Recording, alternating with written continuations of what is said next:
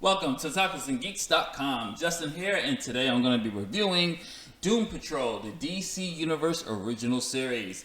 As always, I give you a brief synopsis of the show, so here we go. Doom Patrol reimagines some of DC's most unique superheroes. Robotman, aka Cliff Steele, Negative Man, aka Larry Trainor, Elasti-Woman, aka Rita Farr, and Crazy Jane, led by the Chief, aka Mad Scientist Niles Caulder. Each suffered a horrific tragedy that left them scarred and disfigured, but with some superhuman abilities. So the traumatized misfits band together to support each other while they investigate bizarre phenomenons. When the Chief disappears, Cyborg, here we go again with a aka Vic Stone, offers the reluctant heroes a mission that's impossible to refuse. In 15 intriguing and powerfully funny episodes, these superhero freaks battle Mr. Nobody, wait for it, aka Eric Morden, in hopes of saving a world that honestly wants nothing to do with them. And even in the synopsis shows you the humor of Doom Patrol with the constant AKAs. I absolutely love season 1. I love this series, and this was DC just going full out there and just saying, hey, here's these characters, you guys free reign, go ahead. And it is just such a crowd pleasing show. The show is funny. There's a lot of humor in Doom Patrol, what I think really works for it, especially with the chemistry between the team members and how they react to the world and how the world reacts to them. But there is so much heart in this series, and I think a lot of reviews that I saw, everybody was talking more about the humor, but I want to talk a little bit about the characters in the heart of the story, because there's so much heart, and you really get this genuine feeling of how this team comes together as a family. And that's something I thought was really done well, because there's 15 episodes in here, so each character gets an episode at least dedicated to them for at least their flashbacks. So you really start to connect with these characters. The pacing is well done. There is not one character after the first season is done that you're not going to have some type of connection with. There's not one character that you're not going to resonate with. You're going to understand the team. And that's just done to the brilliant pacing and brilliant writing and allowing the story and the characters to breathe. Everybody's going to get their backstory, from Robotman in the first episode, Negative Man, Crazy Jane, Elasti-Woman. Everybody gets a chance to shine. Everybody gets a chance to show their powers. I will definitely say the show stealer is, for me, it was Mr. Nobody, played excellent by Alan Tudyk.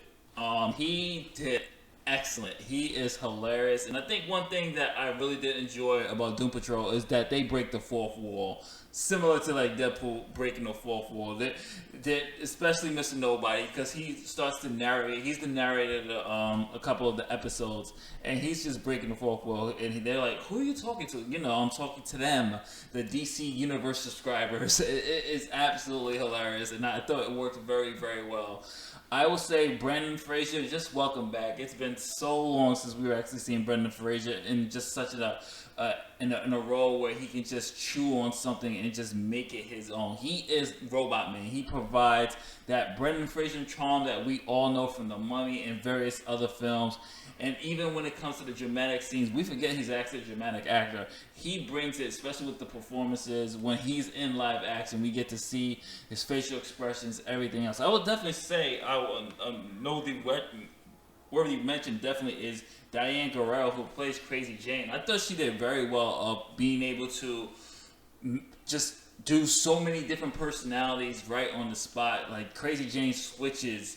Her power is that she has 63 or 64 different personalities, and they all have a superpower. So for Diane to be able to just convey that, just from going from sad to angry, just right on the drop of a hat, that has not to be easy, and I thought it was pretty good.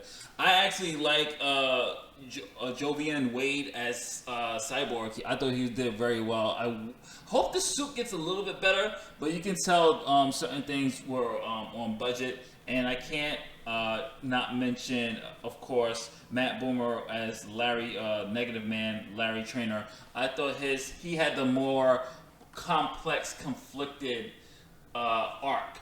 of him really accepting who he is, not just with his powers, but who he is as a person.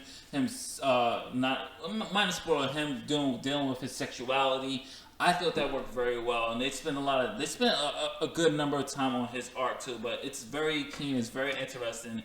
I really enjoyed that part of it, and of course, Timothy Dalton, one of the most underrated Bonds, does very well as the Chief. And I thought the new cat, them switching the Chief from when we saw the Doom Patrol and the Titans show to them on their new show now. I thought that worked very, very well. But how is the actual action and everything else? The action, when we do get action, it's bloody, it's violent, it's good. I love it. There's one episode I'm not gonna I'll tell you to look out for. Is when they're traveling to trying to find the Chief, and they come up to this organization compound, and the way Robotman and Crazy Jane just go off is just very crowd pleasing.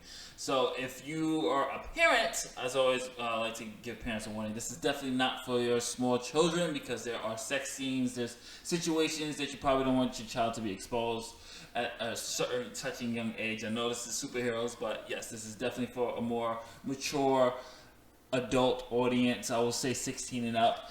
But overall, you guys, Doom Patrol is very well acted, very well done. The cinematography is beautifully shot.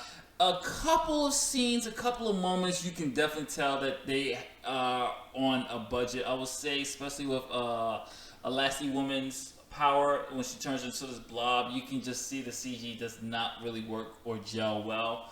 I thought from the technical standpoint, some of the CGs just the Flash actually has a little bit better CG in certain moments compared to Doom Patrol, but you can tell that there's a lot of heart in this, and everything went very according to plan. So definitely, I had to give this buy, rent, skip it, buy Doom Patrol. And if you don't have a DC Universe subscription, if you're a DC fan, definitely get it now.